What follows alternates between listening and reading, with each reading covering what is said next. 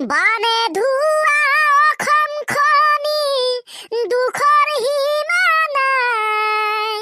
প্ৰতিশ্ৰুতি দিয়া জানো কৰবাত হেৰাই খাটি খোৱা মানুহৰ জানো আশা নাই প্ৰকৃতিৰ বানত আজি সকলো হেৰাই পৰীক্ষাও বাতিল হ'ল ছাত্ৰ ছাত্ৰীৰ আজি আমাৰ বাবে আজিৰ দিনত থাকিল কি বাকী নথকিবি দেই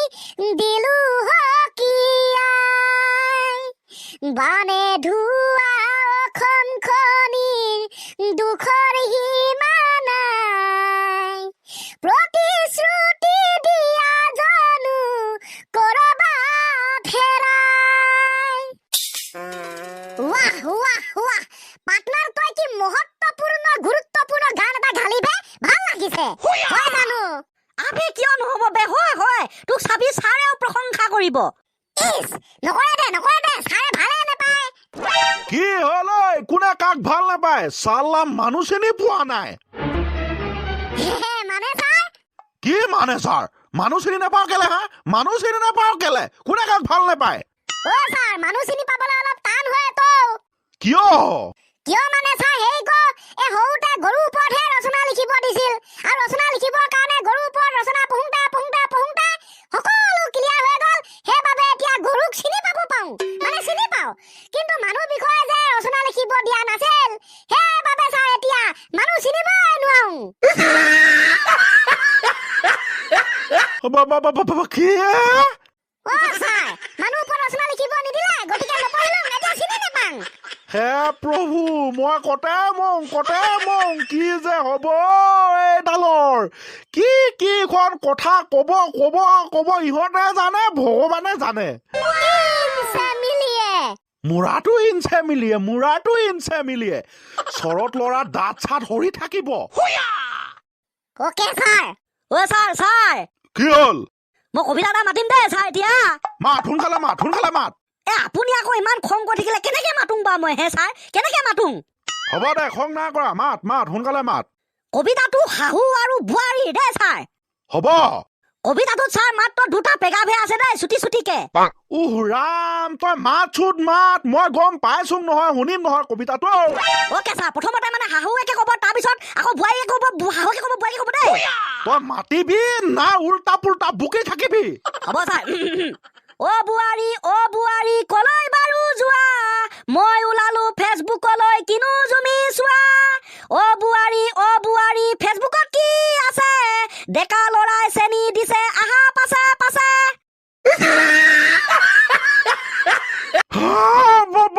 কি কবিতা এইটো হয় ছাৰ বেছি নিচিঞৰিব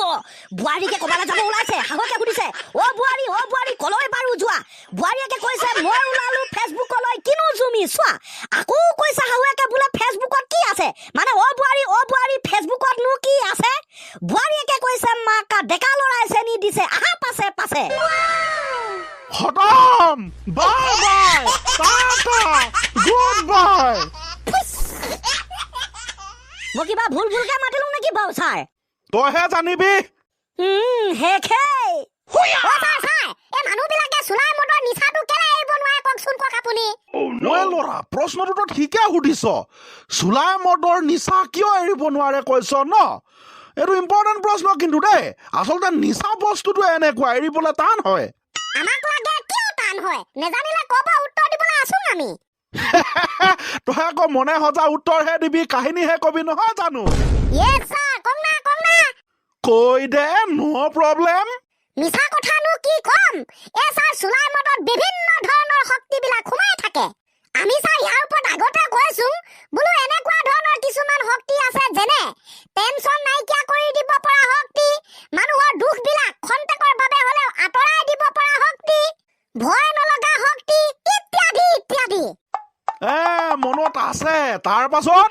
হয় ছাৰ এই সকলোবিলাক শক্তি যেতিয়া একত্ৰিত হ'ব চুলাই মদত তেতিয়া এটা বস্তুৰ সৃষ্টি হয় যিটো হৈছে নিচা নিচা নিচা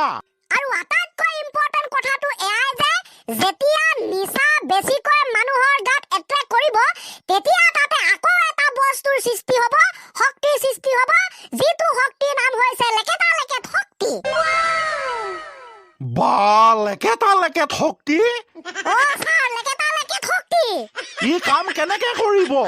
ই যে ছাৰ মানে এই লেকেটা লেকেট শক্তিটো যেতিয়া মানুহৰ শৰীৰত এবাৰ প্ৰৱেশ কৰিব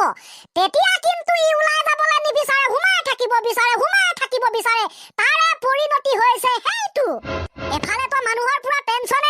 হৈ থাকে কাৰোবাৰ ফেমিলি প্ৰব্লেম কাৰোবাৰ নিজৰ কেৰিয়াৰক লৈ প্ৰব্লেম কাৰোবাৰ কোনোবাৰ লগত কাজিয়া লাগিছে কাৰোবাৰ গাৰ্লফ্ৰেণ্ডৰ প্ৰব্লেম সেই প্ৰব্লেমবোৰৰ কাৰণেতো সিহঁতে নিচা কৰিব বিচাৰে যিহেতু চুলাই মদত কি থাকে এই টেনচনবিলাক দূৰ কৰাই দিব পৰা শক্তি থাকে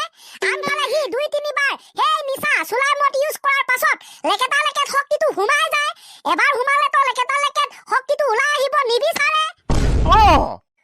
ছাৰ গতিকে এই চুলাই মদত থকা বিভিন্ন ধৰণৰ টেনচন দূৰ কৰাই দিব পৰা শক্তি আৰু লেকেটা লেকেট শক্তি এই দুয়োটাই যেতিয়া যুটীয়াভাৱে এজন ব্যক্তিৰ শৰীৰত আক্ৰমণ চলাব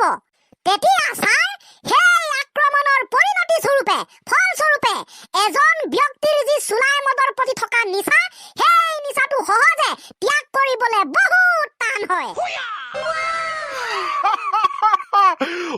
মাই গড কি কাহিনী শুনিছো এইবোৰ মনে ৰজা কাহিনী কেনেকুৱা লাগিছে ছাৰ মজা লাগিছে first class thank you sir তহঁতক কিন্তু মানিছোং দে ল'ৰা কৰ পৰা কি জানো বিচাৰি থাক কেনেকেনো ভাবি পাওঁ সাংঘাতিকে লাগে আৰু ছাৰ দিমাগটো ইউজ কৰিলে চব বস্তুৱে পোৱা যায় য়েছ এইটো কিন্তু তই ৰাইট কথা কলি থেংক ইউ ছাৰ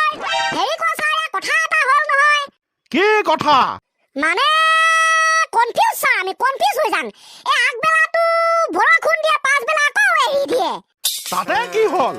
তাতে একো হোৱা নাই বাৰু কিন্তু আজি অসমৰ ৰাইজে অসমৰ জনসাধাৰণে এটা কথা ভাবিবলৈ বাধ্য হৈছে কোনটো কথা এই বৰষুণৰ গোটেই পৰিৱেশ পৰিস্থিতিটো লক্ষ্য কৰি আজি অসমৰ ৰাইজে ভাবিছে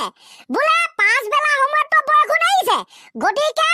বৰষুণৰ যি আনলিমিটেড পেক ভৰাইছিলে 28 দিনৰ বাবে সেইটো খতম হৈ গ'ল কিন্তু নাই ছাৰ তেনেকুৱা কথা হ'বই নোৱাৰে এই পাছবেলা আকৌ ৰাতিপুৱালে বৰষুণ লৈ আহে বোলো নহয় সিহঁতৰ ৰিচাৰ্জটো শেষ হোৱা নাই পাছবেলাটো নেট পাবলৈ অলপ টান হৈছিল সেইবাবে বৰষুণো অহা নাছিল কিন্তু ৰাতিপুৱালে নেটৰ স্পীডটো বাঢ়ি যায় আকৌ বৰষুণ আহি যায় ল'ৰা কি কথা কৈ দিলে এইবোৰ উপায় নাই ছাৰ এইবিলাক চব ভগৱান প্ৰভুৰে লীলা খেলা হ'ব দে ঠিক আছে আজিলৈ ক্লাছটো ছুটি ল'ব লাগে ন কি ছাৰ হ'ব বাই বাই